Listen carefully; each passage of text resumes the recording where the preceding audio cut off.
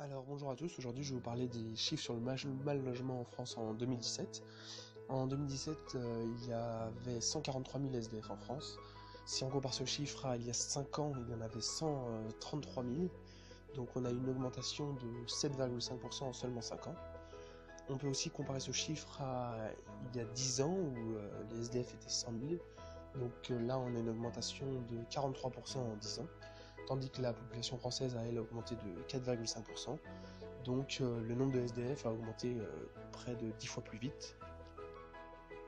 On peut élargir ce chiffre en parlant des personnes privées de domicile. Il y en avait 685 116 en 2012. Aujourd'hui, il y en a 899 000.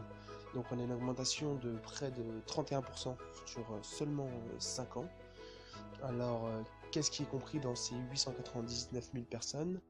Eh bien, il y a 143 000 SDF, donc 16%, 25 000 personnes vivant dans des chambres d'hôtel comme résidence principale, 2,7%, 88 000 personnes dans des habitats de fortune, donc près de 10%, et le reste, eh bien, ce sont 643 000 personnes qui vivent chez des tiers.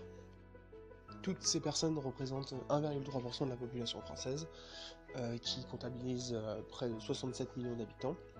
On peut ajouter aussi à ces personnes les gens vivant dans des conditions de logement très difficiles, avec un surpeuplement, des privations de confort, les gens du voyage qui ont de mauvaises conditions d'habitat et les résidents de foyer de travailleurs migrants.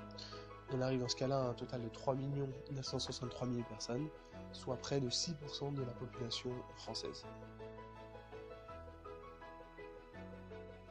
Contrairement à ce que je pensais, la situation des SDF et des personnes mal logées ne s'est pas améliorée. Les chiffres que je vous ai cités le montrent, et par exemple en 2013-2014, on a eu 355 000 demandes d'hébergement pour les SDF qui ont été formulées pendant l'hiver 2013-2014, et seulement 140 000 places ont été attribuées, donc juste 39%, donc même un tout petit peu plus d'un tiers. J'ai trouvé ces chiffres en naviguant sur le site de la Fondation Abbé Pierre.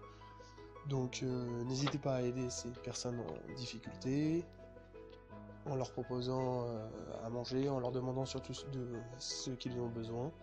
Vous pouvez aussi discuter avec eux ou simplement leur donner un sourire. Et bonne journée.